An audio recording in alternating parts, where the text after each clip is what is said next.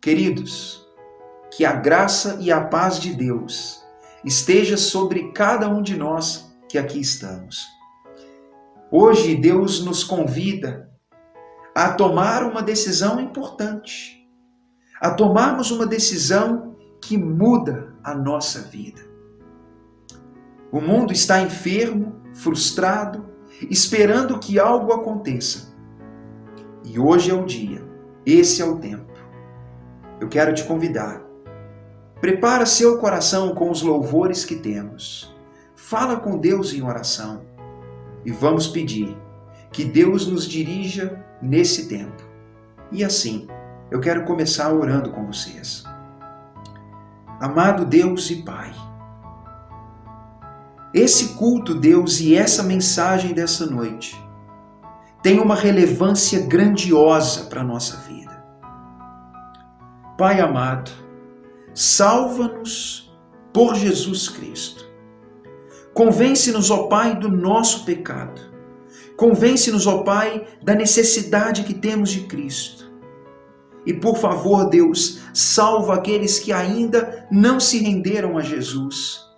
E Pai amado, ergue aqueles que já ouviram essa palavra e creram, para que possam testemunhá-la. Deus, eu vejo que esse é um tempo de oportunidade. E eu te peço, Deus, guia essa palavra, semeia essa palavra nos corações e salve vidas, Pai. É o que nós mais queremos. E eu sei que é o que o Senhor quer, porque essa é a tua vontade. E isso, Pai, nós te pedimos, no nome de Jesus. Amém. Queridos, abram seus corações e deixa Deus falar contigo, mas deixa Deus te usar. Que Deus te abençoe.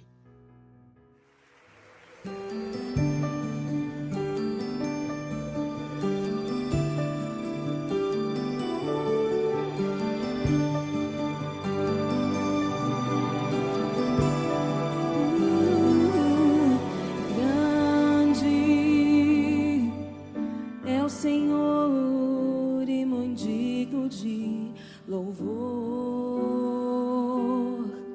na cidade do nosso Deus, seu santo monte, a alegria de toda a terra.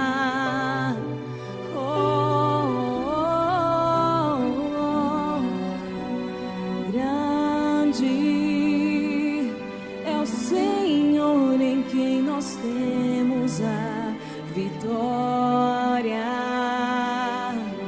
que nos ajuda contra o inimigo. Por isso diante dele nos prostramos.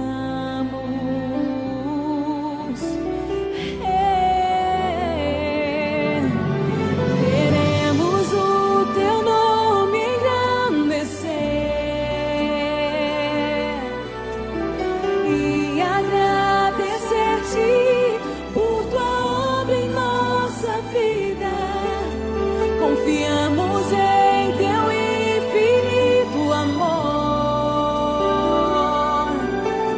pois só tu és o Deus eterno sobre toda a terra e céu. Jesus,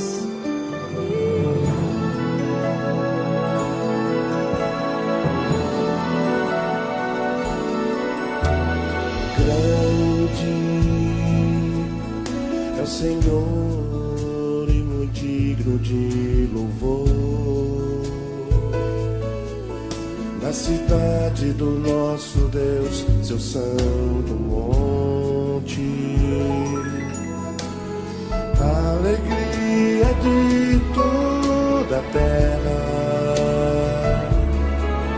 toda a terra.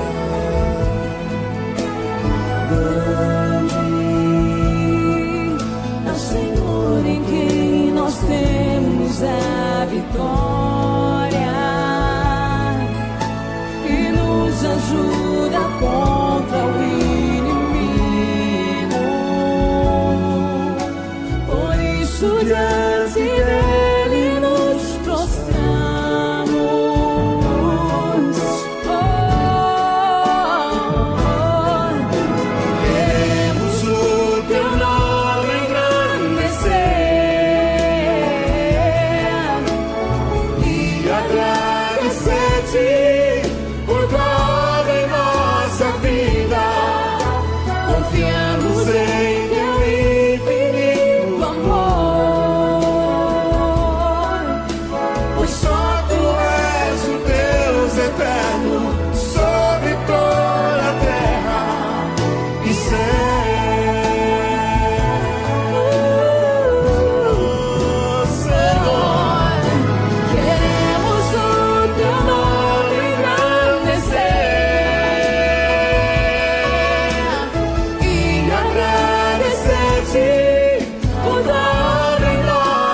vida. Confiamos em teu infinito amor. Só tu és o Deus eterno sobre toda a terra e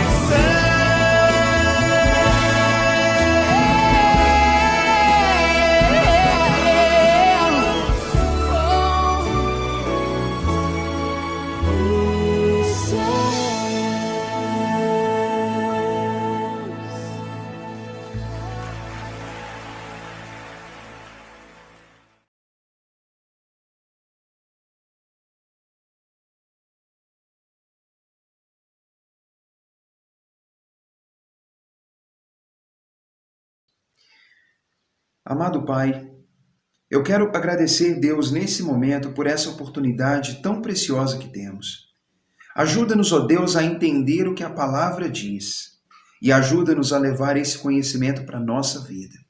Eu peço que o Espírito Santo do Senhor possa iluminar a nossa mente e coração e que essa palavra seja plantada em nós e que a lição que daqui extraímos seja levada para a nossa vida.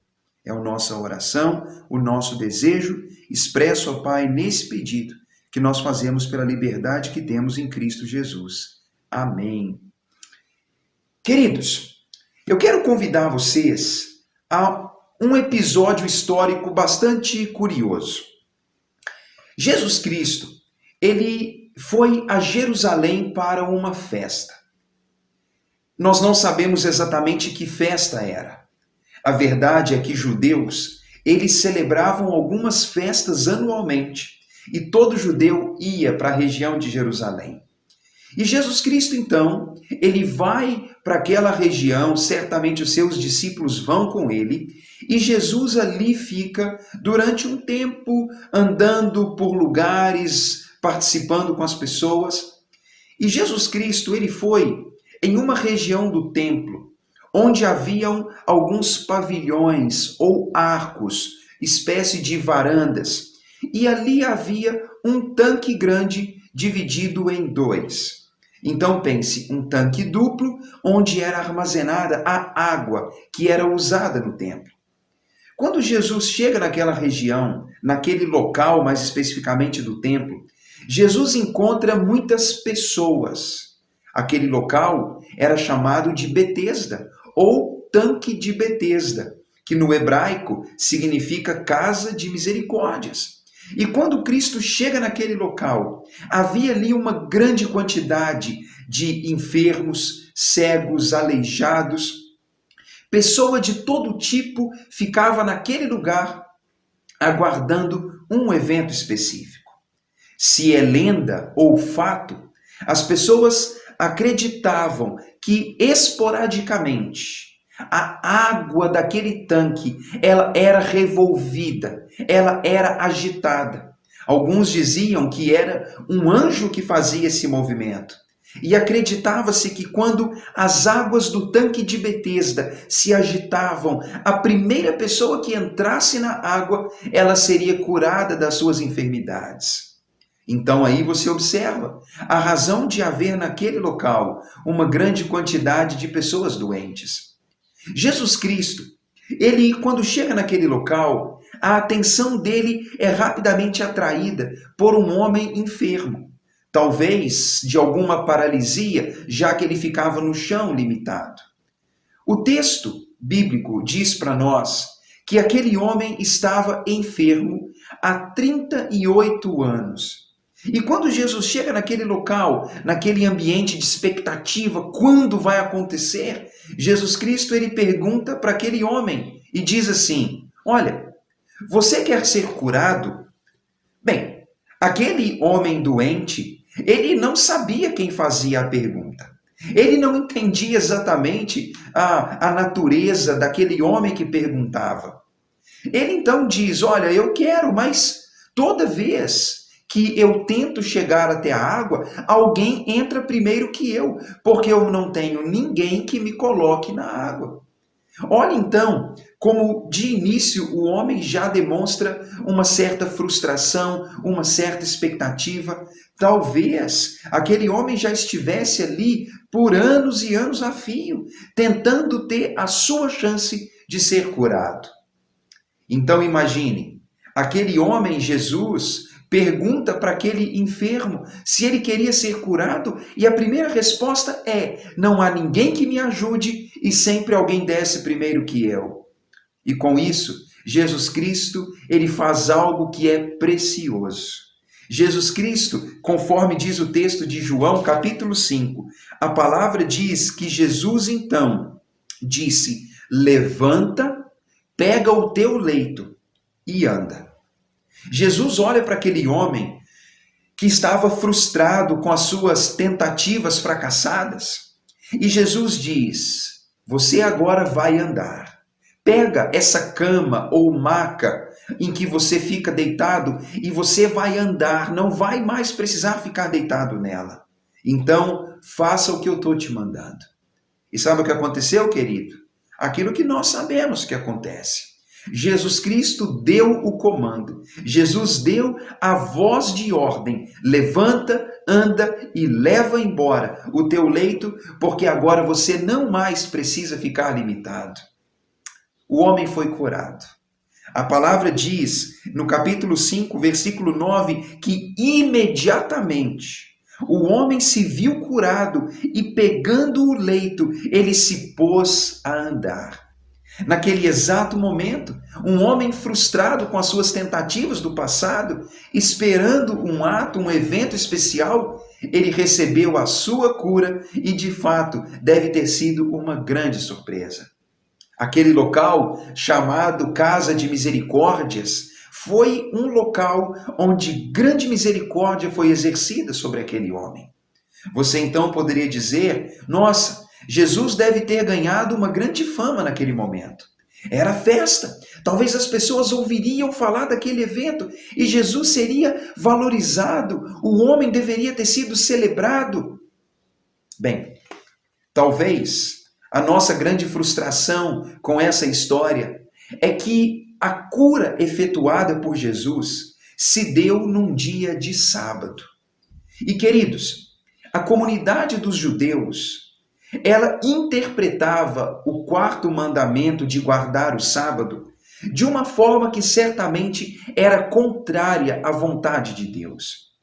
Os escribas, os copiadores da lei, que se tornaram mestres da lei também, eles começaram a desenvolver coisas que são proibidas de se fazer no sábado. Eles criaram uma lista de 39 trabalhos proibidos. E um dos trabalhos proibidos era carregar alguma coisa. Então veja, naquele momento, o homem, há 38 anos enfermo, é curado, ele pega o leito, sai andando feliz, era dia de sábado, e o versículo 10 diz assim: por isso, por causa de ser sábado, disseram os judeus ao homem que fora curado: hoje é sábado, e você não pode carregar o leito. Dá uma raiva, não dá? A vontade que dá é de alguém chegar e falar: oh, peraí, eu estou doente, paralisado há 38 anos. E hoje alguém me deu esse comando de andar. E eu estou andando agora. E vocês vão encrencar comigo porque eu estou carregando o leito. Talvez aquele homem poderia ter perguntado: será que o Deus que deu a lei, será que ele se incomodaria ou está incomodado de que hoje, no dia em que eu fui visitado pela misericórdia de Deus, eu carregue o meu leito? Será que eu estou transgredindo alguma lei? Vamos continuar o texto no versículo 11 que diz: então respondeu o homem: o mesmo que me curou me disse: toma o teu leito e anda. Então perguntaram eles: quem é o homem que te disse toma o leito e anda? Bem, o homem que fora curado não sabia quem era, porque Jesus havia se retirado por haver muita gente naquele lugar. Mais tarde, Jesus encontrou o homem no templo e disse: olha, que já estás curado. Vai, não peques mais, para que não te suceda coisa pior. O homem então se retirou e disse aos judeus que fora Jesus que o havia curado. e os judeus perseguiram Jesus porque fazia estas coisas no dia de sábado. Queridos, olha como o ministério de Cristo era alvo de uma perseguição tola e, de fato, amplamente carnal. Aquele homem fora julgado porque estava carregando o seu leito num dia de sábado. Certamente aquela cama era uma espécie de prisão daquele homem. Um homem e nós, seres humanos, criados para andar, correr, mover, ficarmos paralisados de uma forma dessa. É frustrante, isso não é a natureza, não é o normal. E aquele homem então é livre da sua prisão. E ele agora é um homem que pode viver normalmente. Mas aquela comunidade, ela se irrita porque uma lei de Deus estava sendo violada e aquilo era um grande erro. Não apenas o homem foi julgado, mas o próprio Senhor Jesus, ele foi perseguido porque ele estava violando o sábado. Fora esse contexto, há outras 4 passagens que dizem que Jesus operou algum sinal, milagre, no dia de sábado. E do modo como aconteceu no relato de João 5, Jesus também foi julgado, condenado por ter feito algo bom e justo no dia de sábado. Irmãos, há outro detalhe curioso nessa passagem também. Fora o milagre e a cura, fora a repercussão exagerada e carnal daquelas pessoas, quando Jesus Cristo encontrou com aquela pessoa curada, aquele homem, Cristo disse: não peques mais, para que algo pior não venha te acontecer. Queridos, ao que tudo indica e o que fica claro no texto, é que aquela enfermidade daquele homem era resultado de algum pecado, de algo errado que havia sido feito. Jesus não diz o que era, mas ele sabia da história. Jesus, quando cura o homem, ele não apenas estava dando para ele uma declaração a respeito daquele fato e dando para ele uma oportunidade para o futuro, mas Cristo demonstra que conhecia o passado daquele homem. E Cristo não apenas sabia da enfermidade, mas Cristo sabia da causa da enfermidade. E Jesus Cristo diz: homem, você agora tem uma nova oportunidade. Vai viver sua vida e não comete o mesmo erro. Porque se você rejeitar essa oportunidade, essa misericórdia que te aconteceu hoje, na casa das misericórdias, talvez coisa pior te aconteça. E querido, olha então como essa passagem, ela narra para nós um episódio interessante. Mas a ocasião da cura, a repercussão daquele milagre, a oposição dos judeus abriu caminho para um grande ensinamento. Se nós lermos os versículos 17 e 18, diz assim, que os judeus perseguiram Jesus porque ele fazia estas coisas no sábado. Mas ele lhes disse: o meu pai trabalha até agora, e eu também trabalho. Por isso, os judeus ainda mais procuravam matá-lo, porque não somente ele violava o sábado, como também dizia que Deus era seu próprio pai, fazendo-se igual a Deus. De alguma forma, irmãos, quando aqueles homens chegam até Cristo para acertar contas com ele, Jesus Cristo não se omite. E dos versículos 19 em diante, Jesus dá um ensinamento precioso a respeito de quem ele é e de qual é sua autoridade para fazer o que faz. E eu quero afirmar para vocês, com base no texto que vem na sequência, do versículo 19 a 47. Nós não vamos ler toda a passagem, mas eu quero ler com você um resumo desse ensino de Cristo. E a primeira coisa que deve ficar clara é que a honra ao Deus Pai não pode ser separada da honra a Jesus Cristo, que é seu Filho. A honra dada ao Deus Pai, ela não pode ser separada da honra devida e merecida pelo Filho. Quando Jesus Cristo explica isso, do versículo 21 a 23, ele fala assim: pois assim como o Pai ressuscita e vivifica os mortos, assim também o Filho vivifica aqueles a quem quer. E o Pai a ninguém julga, mas ao Filho confiou todo o julgamento, a fim de que todos honrem o Filho, do modo por que honram o Pai. Quem não honra o Filho, não honra o Pai que o enviou. Olha como, especialmente o versículo 33, é claro sobre esse assunto. É impossível o homem de fato honrar a Deus, o Deus Todo-Poderoso, o Deus dos céus, se a pessoa não honrar também Jesus Cristo, que é o Filho. Queridos, parece óbvio dizer isso.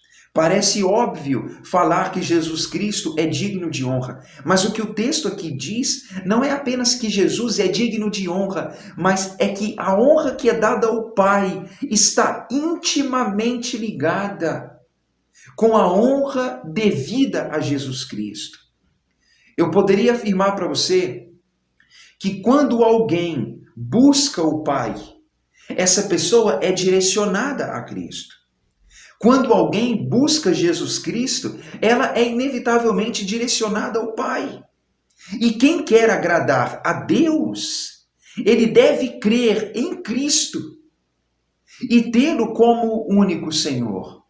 Alguém que quer agradar a Deus Pai, precisa olhar para Jesus Cristo de forma clara, entendendo que Jesus não é qualquer pessoa, entendendo que Jesus não é qualquer profeta. Querido, Jesus não é profeta na prateleira dos profetas Samuel, Jeremias, Isaías, Natã. Jesus não é profeta como eles.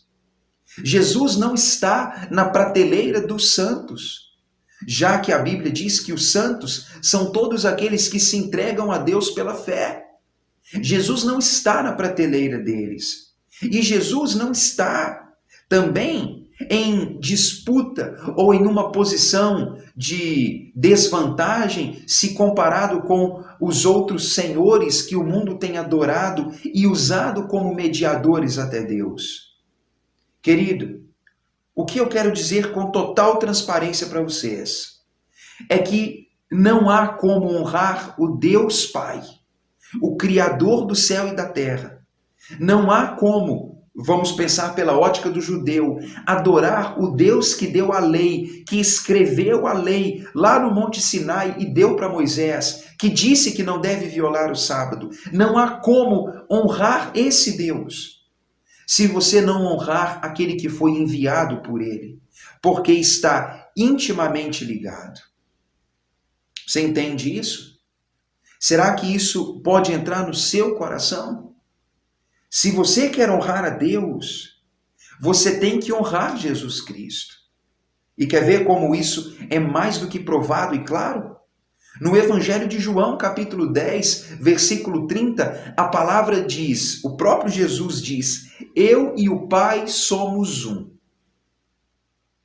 Se você olhar o Evangelho de Lucas, capítulo 9, versículo 35, o Deus Todo-Poderoso, ele diz dos céus: ele, Jesus, é o Filho que me dá alegria, ouçam a ele. Se nós avançarmos um pouco para João, capítulo 14, versículo 6, o próprio Cristo diz: eu sou o único caminho, porque ele usa o artigo definido, eu sou o caminho. Eu sou a verdade, eu sou a vida. Ninguém vem ao Pai se não for por minha causa e através de mim. Querido, é total exclusividade.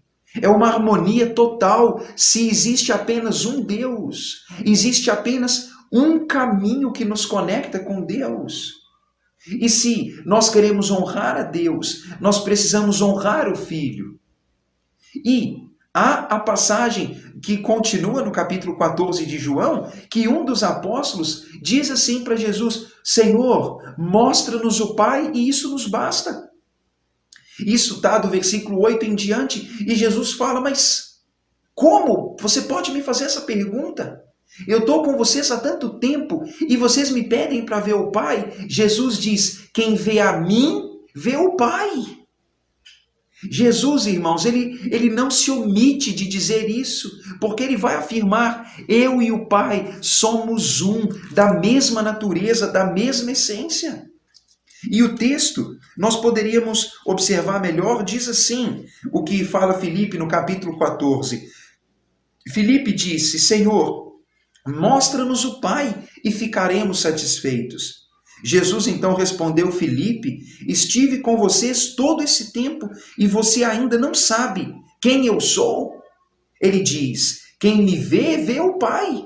Então, por que me pedes, mostra o Pai? Você não crê que eu estou no Pai e o Pai está em mim? As palavras que eu digo não são minhas, mas de meu Pai que permanece em mim e realiza as suas obras por meu intermédio. Talvez isso pareça para você algo difícil de entender. Mas olha o que Jesus está dizendo. Eu estou no Pai e o Pai está em mim. Isso significa, querido, o quê? Que é a mesma coisa. Se um está no outro e esse outro está nesse um, significa que é a mesma coisa. Então, qualquer pessoa que queira honrar a Deus, essa pessoa não pode ignorar Jesus Cristo. Aí você diz, Tiago, mas religião nenhuma do mundo rejeita Jesus. Mesmo o islamismo valoriza Jesus como um profeta. As outras religiões valorizam Jesus como um homem evoluído, um mestre evoluído, um homem de superioridade.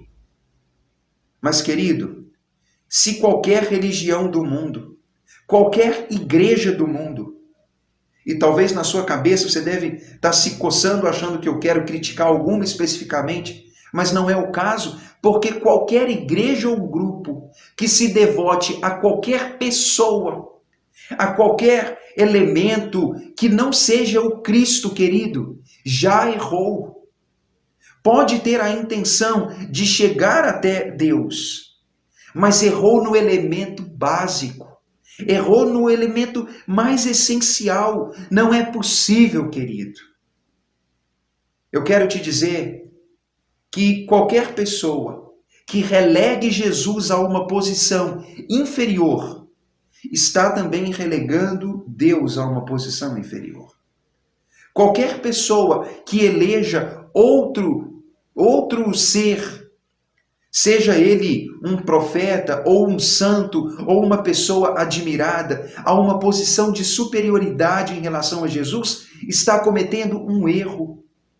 Pode até ter uma intenção boa de chegar a Deus, mas se não tratar Jesus Cristo do modo como ele deve ser tratado, cometeu um erro seríssimo. Então, querido, talvez você já entendeu isso e talvez você já conseguiu levar isso para a sua vida, mas eu faço para você um apelo sincero do fundo do coração. Você precisa alertar outros que estão errando. Tenta imaginar comigo a seguinte cena. Você está parado no ponto do ônibus e você ali está conversando com pessoas e as pessoas ali estão falando um pouquinho e elas começam a contar para que bairro onde elas moram, para que bairro vão, que ônibus elas esperam tomar. Elas até te perguntam, fulano de tal, você já viu se passou o ônibus que vai para o São João? E você então ali está conversando e sabe. Aí chega um ônibus qualquer e você vê que o ônibus não é o que a pessoa está esperando e ela embarca naquele ônibus. Ela já está subindo os degraus, ela vai passar na roleta, ela vai entrar naquele ônibus. Você provavelmente vai falar, fulano, peraí, é o ônibus errado. O seu não é esse não, o seu é o que vem lá atrás. Você certamente gostaria de alertar a pessoa porque ela está tomando um ônibus errado. Ou se você visse alguém que está meio perdido e quer chegar a determinada cidade ou local e você sabe que está indo na direção errada, você fala, meu filho, você está no caminho errado, é para lá que vai. Nós fazemos isso, irmãos. Mas pense, se nós estamos vendo que pessoas querem até sinceramente chegar até Deus, Mas elas estão tomando o ônibus errado, o caminho errado? A gente não pode ficar calado. A gente não pode simplesmente dizer, não, tudo bem, né? Ele quer ir para cá, mas ele tomou o ônibus que vai para lá. Porque está indo por outro caminho, seguindo outro mestre, outro senhor, outro padrinho, o nome que seja que você quiser dar, que seja outro que não Jesus Cristo. A palavra de Deus diz em Atos capítulo 4, não há salvação em nenhum outro, porque debaixo do céu não há nenhum outro nome entre os homens, pelo qual podemos ser salvos. Querido, o que ali João e Pedro, os apóstolos, estão dizendo é, imagina que você está à beira da morte e você precisa de um salvador.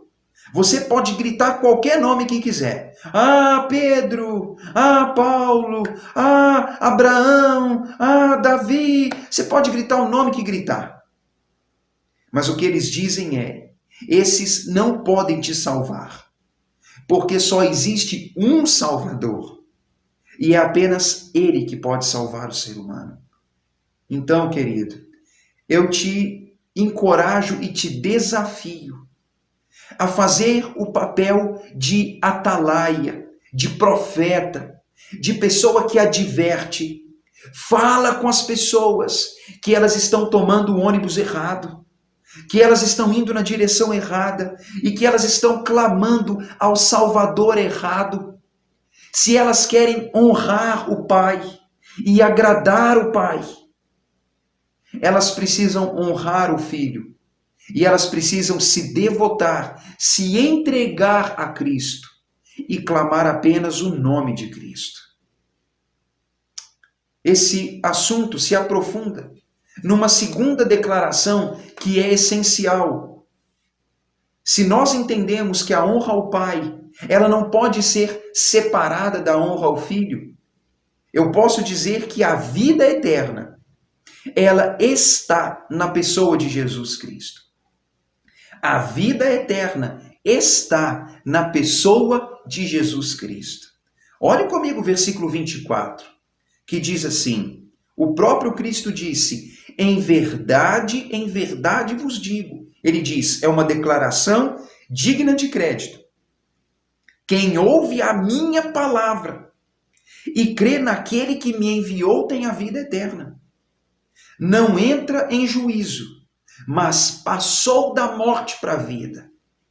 Olha essa afirmação, irmãos. Jesus diz, se alguém ouve o meu ensinamento e acredita, aceita e confia que eu fui enviado por esse Deus que me enviou, essa pessoa então, ela não é mais condenada. Ela está livre da condenação. Ela que antes estava sentenciada à morte. Porque, querido, todo mundo que não crê na palavra de Cristo e não crê que Ele é o único meio de acesso a Deus, está sentenciado à morte. E é por isso que precisa haver um ato que nos muda de posição. E esse ato é crer na palavra de Cristo e crer na relação dele com o Pai. Porque quando isso acontece, a pessoa antes morta, separada de Deus e passível do juízo, condenável, ela então passa para a vida. Quer ver como eu não estou inventando? Olha o versículo 39 que diz. Jesus diz, vocês examinam as Escrituras, porque julgam ter nelas a vida eterna. E são elas mesmas que testificam de mim, Cristo está falando. Contudo, vocês não querem vir a mim para terdes vida. Olha o que Cristo fala, irmãos, para aquela comunidade. Eles amavam a Escritura Sagrada. Eles amavam a palavra de Deus. Eles examinavam as Escrituras, porque eles sabiam que as Escrituras mostram o caminho da vida eterna. Porque na Escritura a pessoa poderia saber como ela pode possuir a vida eterna. E Cristo fala, a Escritura que vocês usam para ter vida é ela que fala de mim. E, irmãos, Jesus Cristo, Ele é o coração da Escritura. Ele é o tema da Escritura, do princípio ao fim. E qualquer pessoa que leia a Bíblia vai ver como ela está marcada pela história de Jesus e da salvação em Jesus. E é isso que Cristo fala, a Escritura fala de mim. E ele diz no versículo 40, mas vocês não querem vir até mim para receber a vida eterna. É como se Jesus dissesse, vocês querem ir até a Escritura para ter vida. E a Escritura fala de mim, mas vocês não querem vir a mim para ter vida.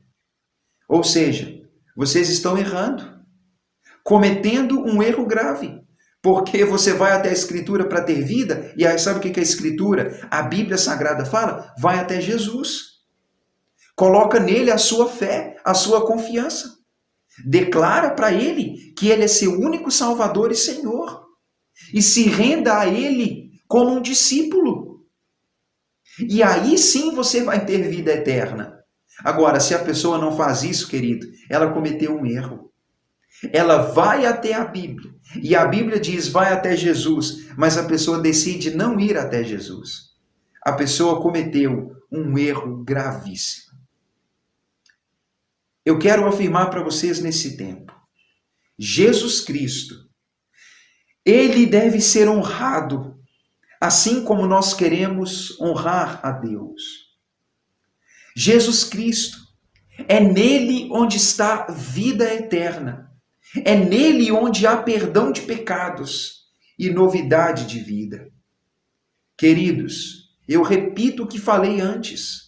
Se você já entendeu isso, graças a Deus, porque seus olhos foram abertos e você entendeu a coisa mais importante do mundo. Mas, e as outras pessoas? E os que estão tomando o ônibus errado, indo na direção errada? E os que estão clamando outro Senhor? Estão cometendo um erro. Qualquer pessoa que leia as Escrituras vai ouvir a mesma mensagem. Jesus veio para salvar o homem. E quem tem Jesus Cristo tem a vida. Aquele que se mantém rebelde contra ele não terá a vida. E o próprio Senhor Jesus, irmãos, ensina na sua palavra que o homem não pode servir a dois senhores. Não dá para servir Jesus e outro Senhor, porque você vai se dedicar mais a um do que ao outro. E o próprio Cristo deixa claro que ele, Deus, ele e o Pai, não entram nesse jogo. Porque Deus, Jesus Cristo e o Espírito Santo, eles têm pelos seus uma atitude de posse, como diz a própria palavra nas cartas gerais, nas epístolas, que é com ciúmes que o Espírito anseia por nós. Significa, querido, que ou nós estamos com Cristo e assim com Deus, ou nós não estamos com Ele. É por isso que nós poderíamos nos apropriar da palavra que ele diz em Mateus. Quem não é comigo é contra mim. E quem comigo não ajunta, certamente espalha. 3. Então, querido, olha como o peso dessas declarações, realmente ele é enorme. Nós estamos olhando para Cristo e reconhecendo que ele deve ser o centro da nossa atenção. Talvez muitas pessoas hoje do nosso mundo não entendam o porquê pessoas antes religiosas, místicas, espiritualizadas, pessoas que viviam uma vida procurando chegar até Deus e com boa intenção, quando elas se tornam crentes em Cristo, elas abandonam as outras coisas. Querido, talvez isso possa parecer uma coisa estranha, uma lavagem cerebral ou um exagero que quando a pessoa chega na igreja, ele recebe a instrução de que deve odiar todo o resto. Isso é mentira. Mas é que a pessoa entende que ao invés de se apegar a tudo e um pouco de tudo, a Bíblia diz que a pessoa precisa de Jesus. É isso que a carta aos Hebreus fala no capítulo 7. Cristo pode salvar totalmente os que por ele se chegam a Deus. Porque ele vive para interceder por nós, querido. É estranho, parece até realmente irracional. Quando a religião coloca um monte de passo a passo. É como, às vezes, a gente observa na política ou na burocracia das empresas, você tem que falar com o setor tal, que o setor tal te direciona para o setor tal, que te direciona para o outro, que enfim vai te levar onde você realmente quer. Aí você tem um mediador que você pede para ele te ajudar com outro mediador, que vai te ajudar com um outro mediador, ele vai interceder junto de Cristo, para que Cristo te interceda por você junto ao Pai, querido. A Bíblia não ensina isso. A Bíblia não ensina isso. Na verdade, isso prova que não há palavra de Deus nessa instrução que leva a esse processo de muitos mediadores. A palavra de Deus diz em 1 Timóteo capítulo 2, você pode ver ali, querido, do versículo 1 até o versículo 10, só existe um Deus e um só mediador entre Deus e o homem. E esse único mediador é Cristo Jesus. Se você vai até uma igreja, ou se você participa de alguma seita ou grupo, que te diz, pede para o fulano, que o fulano pede para o cicrano, e o cicrano pede para o Cristo, querido, aí não está a palavra de Deus. Ou a palavra de Deus não está sendo ensinada na sua pureza. Estão criando uma burocracia que no fim das contas te afasta do Cristo. E olha como isso é perigoso e antibíblico. Porque canaliza a atenção para outro e não para Cristo.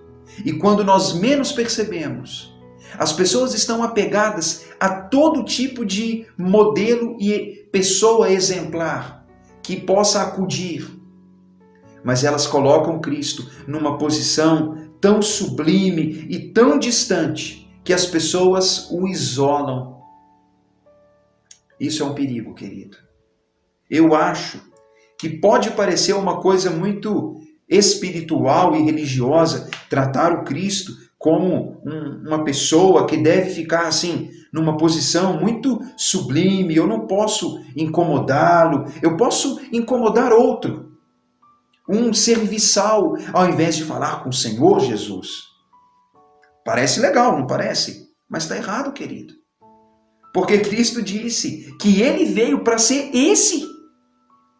E lembra, o apóstolo Pedro foi atrás de Jesus. Pedro foi atrás de Jesus. O apóstolo Paulo, Pedro, João, as pessoas que viram Cristo foram atrás dele. E ainda hoje, graças a Deus, pessoas que vão até a Bíblia são orientadas a ir até Jesus Cristo.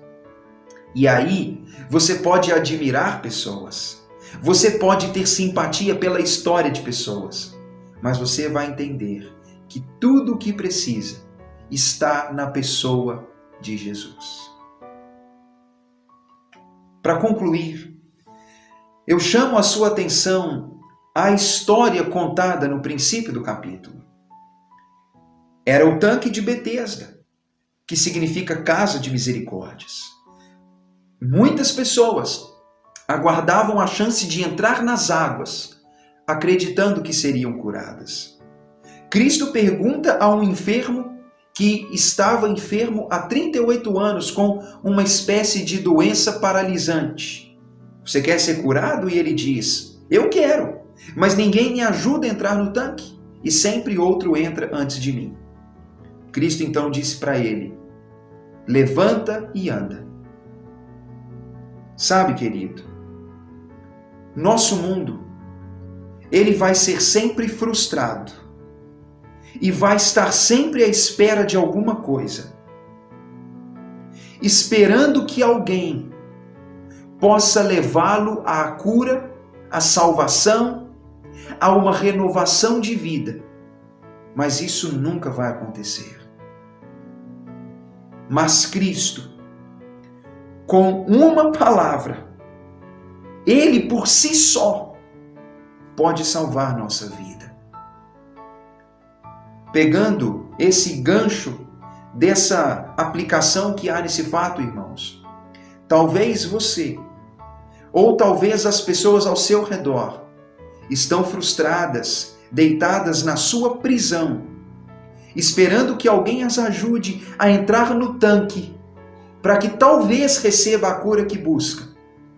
Estão esperando que qualquer outro senhor, homem da história da igreja, mulher, quem quer que seja, possa ajudá-lo nessa mudança de vida.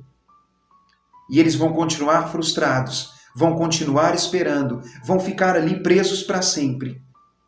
Mas é tempo de dizer que Jesus Cristo pode fazer por elas, de maneira definitiva, uma única vez. Cristo pode mudar esse cenário. Então, querido, não há necessidade de esperar que alguém apareça, ou que alguém que eu fique ali, fulano, me ajuda. Nós precisamos de Jesus Cristo. E essa é a grande lição. A lição, querido, de que o que nós não conseguimos, esperando outros, Cristo faz de uma vez por todas, porque é para isso que ele veio, para salvar o homem, para curar o homem da sua enfermidade mais terrível, que é o pecado, a corrupção do coração. Cristo vem para dar renovação de vida e para encher-nos de plenitude, de paz e de expectativa. Cristo, ele traz para nós clareza de quem é Deus. E ele muda a maneira como nós encaramos a Bíblia, Deus Pai, a morte, a vida futura. A pessoa de Cristo muda tudo. Querido, se você está esperando que alguém te ajude, eu quero te dizer, Cristo está hoje bem perto de você te dizendo, você quer ser salvo? Você quer ser curado? Quer ser renovado? Tudo que você precisa dizer é, sim, Senhor Jesus. Eu quero ser curado, perdoado. Eu quero ser salvo porque eu creio em Ti. Salva-me, Senhor. Essa palavra, querido, é a palavra de Deus. É a palavra da salvação. Se ela chega até você e você entende que sim, você já vive isso e já tomou essa decisão, é tempo de falar desse assunto com outras pessoas. É tempo de compartilhar com outras pessoas. Há muitos, milhões, bilhões de pessoas na Terra, sentadas nos seus leitos, esperando que alguém as ajude em uma missão fracassada que só traz frustração.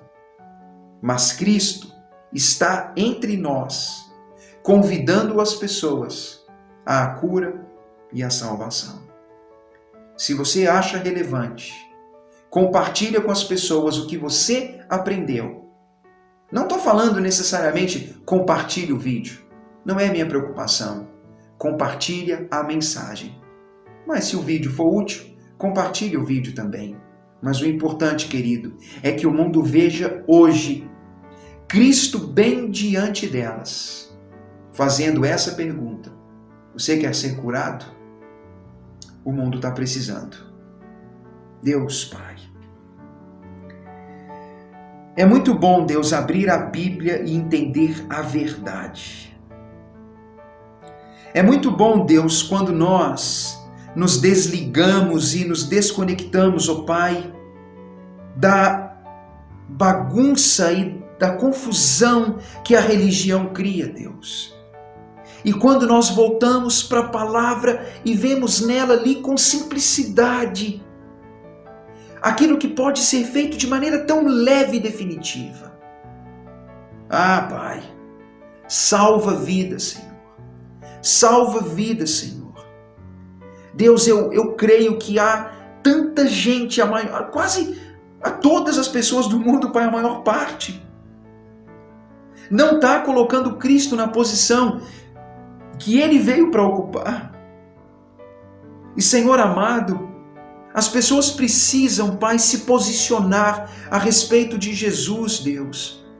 Então, é com base nisso que eu creio que a maioria das pessoas está sim frustrada, caída, prostrada. Deus, são pessoas religiosas que vão em alguma igreja, algum templo, algum lugar, que se devotam a alguma coisa, Pai, mas que estão desorientadas, vazias, sem esperança, Deus. Como alguém que está no escuro e que ainda, Pai, não entenderam a leveza do que Cristo oferece.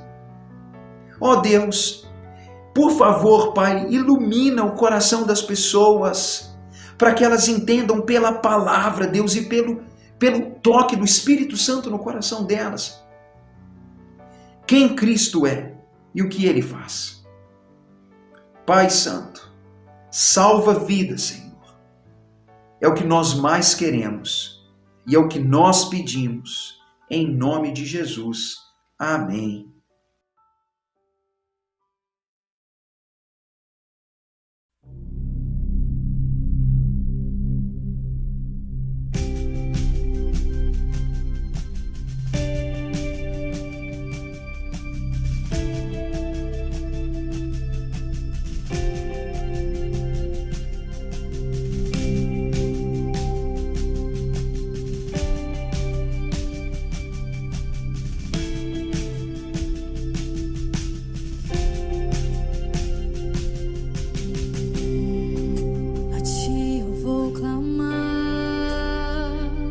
Pois tudo vem de ti e tudo está em ti. Oh, oh. Por ti vou caminhar, tu és a direção, o sol a meia. Oh, oh. Tudo pode passar, teu amor jamais me deixará. Sempre há de existir um novo amanhã preparado pra mim.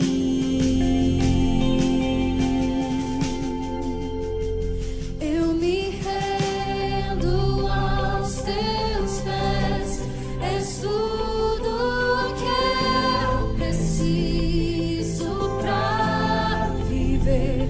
Eu me lanço aos teus braços, onde encontro meu refúgio. Jesus,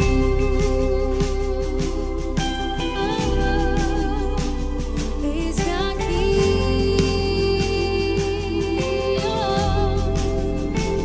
Jesus.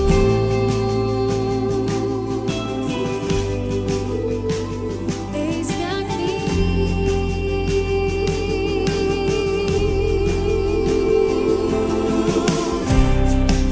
A ti eu vou clamar, pois tudo vem de ti e tudo está em ti. Oh, oh. Por ti vou caminhar, tu és a direção, o sol a meia. Tudo pode passar, teu amor jamais me deixará. Sempre há de existir um novo amanhã preparado pra mim. Oh,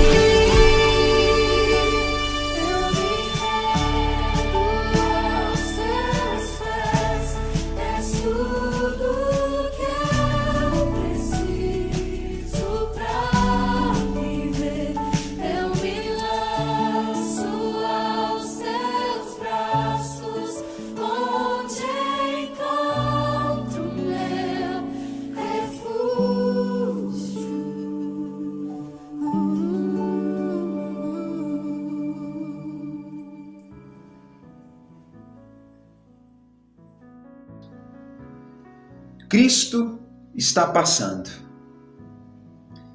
Querido, nós vivemos numa época onde a misericórdia de Deus está disponível. Nós vivemos num mundo de grande maldade, de frustração, de expectativa.